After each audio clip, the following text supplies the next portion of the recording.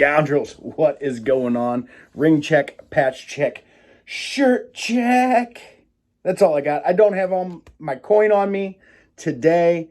It's actually on my dresser, and I'm not going to get it. I am very excited to get into this bourbon review because I reviewed Jim Beam Bonded last week, and it like broke my brain. It was very confusing, and the more I sipped on it throughout the week, I love it. It's very, very good, and for less than $25, it is a phenomenal bourbon. But that bourbon was a very love and hate relationship. When I did post the bottle on my Instagram, a lot of people were like, hey, that's hot garbage, or hey, that's a phenomenal bourbon. I'm more in the phenomenal bourbon category. So this one, I didn't hear a lot of negative stuff on. I did hear some negative stuff on, and that is Jim Beam Devil's Cut. Now, the negative stuff I did hear about it was from my older brother. He bought a bottle. Oh my gosh, I'm talking too fast here. And he didn't really care for it, but he prefers very high rye bourbons. So I don't, as far as my knowledge, this isn't extremely high rye, or it would be a rye bourbon, correct? Right. Brr, brr, brr. But I'm very excited to get into it. I've been wanting to try it. I love this bottle. This bottle's just badass, man. It has like the wood, like the barrel wood in the background. It just looks freaking cool, dude. It really does. I mean, it looks like a manly bourbon. And there's a market for that. I really like that. There's a time and place where you want to be like, yeah, man, Devil's Cut. And it's a cool theme to a bourbon. Now, Devil's Cut is the bourbon that soaks into the American oaked barrels, and Jim Beam has a process, apparently, of them squeezing that out and blending it into their 6-year bourbon. I want to say it's a 6-year blend. There was no official age statement on there, but I'm fairly sure it's a 6-year blend.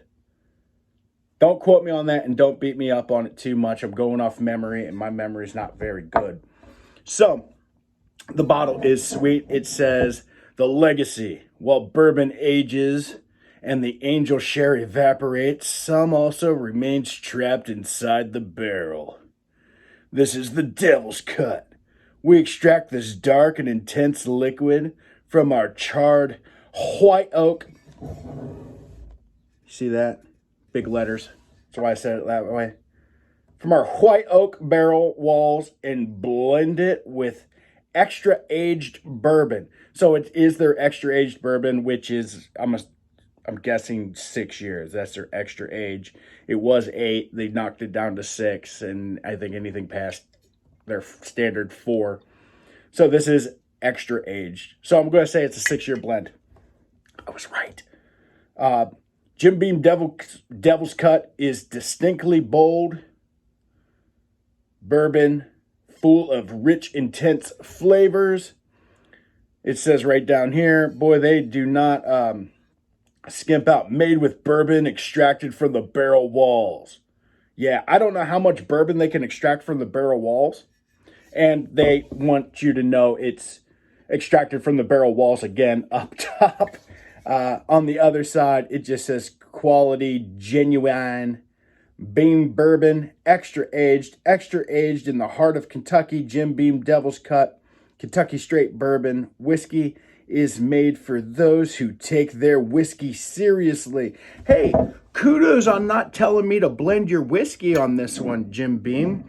So I have high hopes, because if you think you should blend the Bonded, then we shouldn't blend this one because you didn't tell me to, right? Right? Okay. Let's crack her open. I'm done being a smart ass a little bit. Still blows my mind that last bottle, though. They were like, oh, it makes a good mixer. I'm like, oh, does it taste good straight? Which it does. I think so. All right, cracked her open. No cork on this one, which is sad. Makes me sad. Get the old Glencairn out. Bust her open. Woo, buddy. It's on there. Now, I'm assuming with all the extra age I'm really tasting for oak. It better be an oaky mofo. All right. Color, little light. It's a little light for it being the devil's cut extracted from bourbon barrels. I would like to know that process. Do they squeeze it? Do they intimidate it until it cries a little bit and then just collect the tears of the white oak, maybe shame it a little bit? Yeah, it's like a light copper, which, to be honest, I thought it was going to be darker. It's going to be darker. It's extra aged and from the devil's cut, and it's that light. I don't know. I don't know. Legs on it, decent. They're decent. Nothing too crazy. It's all right. Let's give her a smell. Cheers.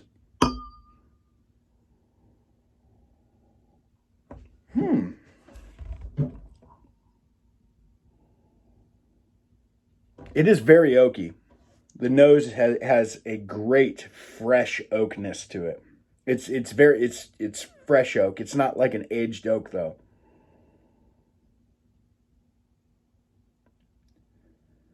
Slight vanilla. Nose is kind of boring.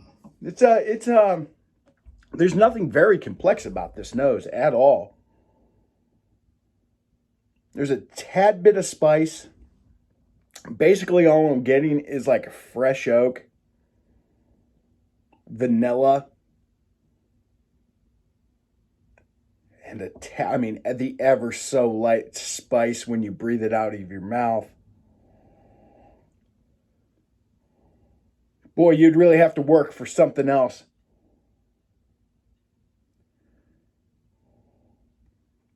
Yeah, that might be the most basic nose I've ever had at a bourbon, which is really sad because I might be wrong on this, but standard Jim Beam has a better nose. All right.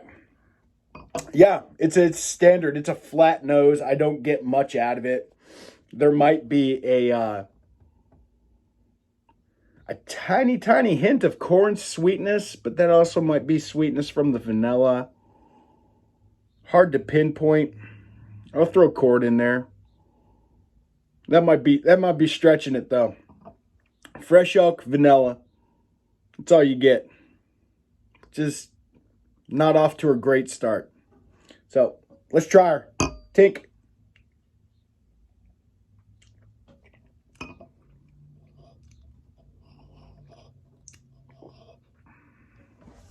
First initial taste.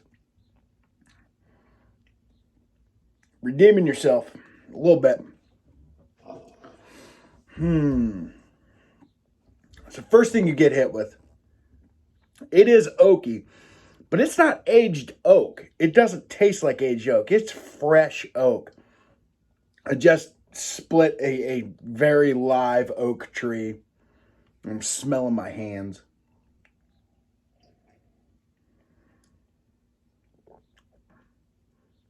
That vanilla comes back. Very vanilla-y. The palate kind of falls flat on this. It's very similar to the nose. There is a little heat to it. I'm kind of letting it marry around in the old palate there. You don't get the layers you normally do in a bourbon, or normally what I get was where I kind of taste first with the back of my tongue and then it kind of moves forward. How I describe tasting something through the middle of my tongue and then it kind of falls to the tip is normally how I drink my bourbon, as I kind of rock it back and forth in my mouth a little bit.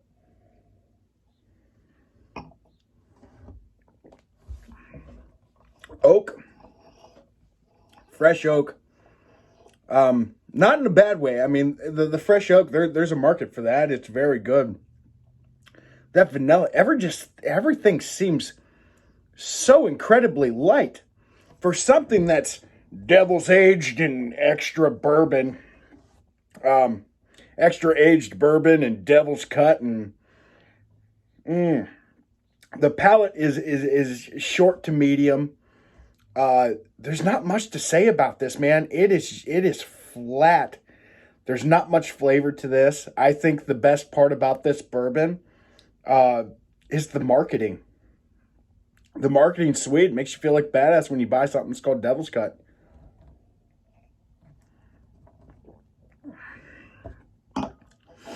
It just falls. I mean, there's nothing to talk about here. It is the most just go buy a bottle of Evan Williams. You have more complexity, and you can buy 2 bottles for the price of this. This might be the worst buy of the year. Um, Boy, I'm at loss for words. I really wish I had more to talk about. Basically, it's flat all the way through. There's a standardness to it.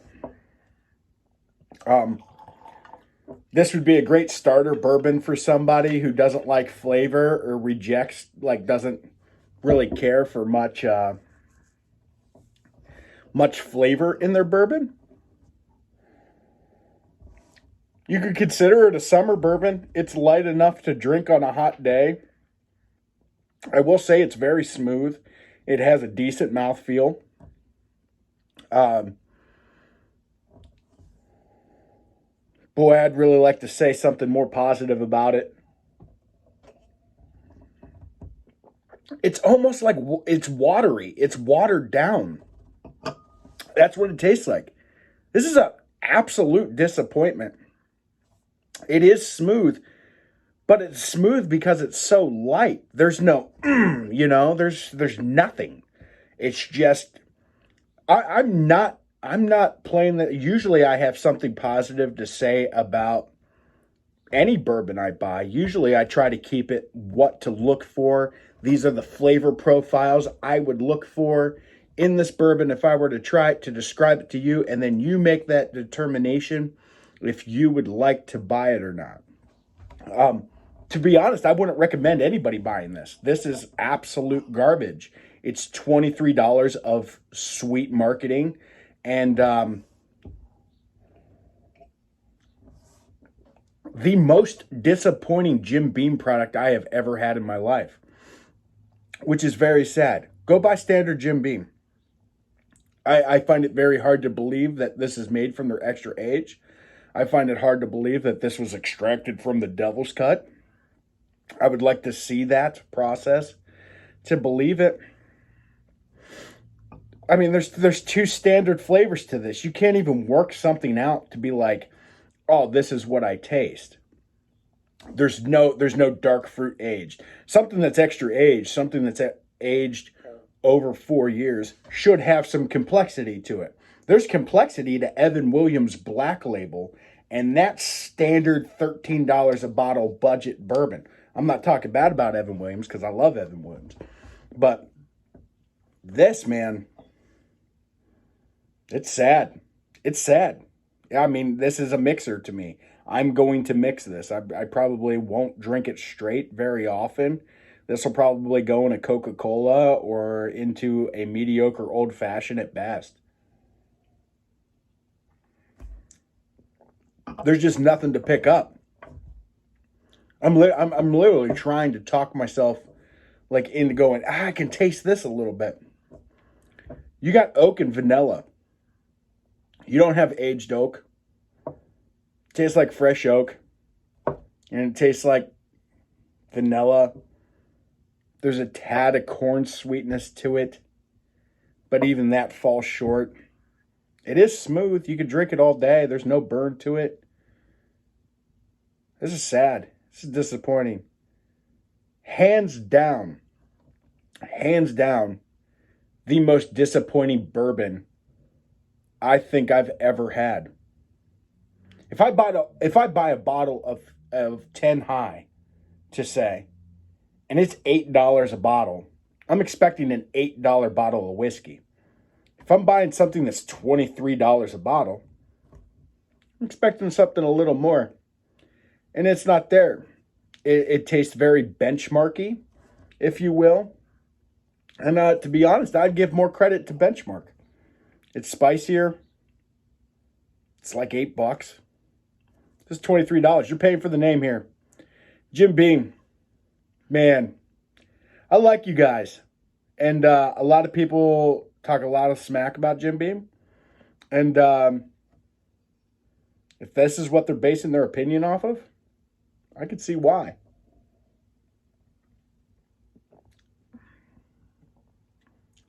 There's just nothing here. It's watery. This is certified grade A marketing garbage. And that's irritating. If you're going to produce a product, if you're going to spend this much time making a label like this, talking it up on both sides of the bottle, commercials with Mila Kunis all over it, going, oh God, look how good this is. We made a barrel cry and collected its tears, and what a disappointment. Absolute disappointment. Go buy Jim Beam Bonded. There's complexity. There's a little confusion in there.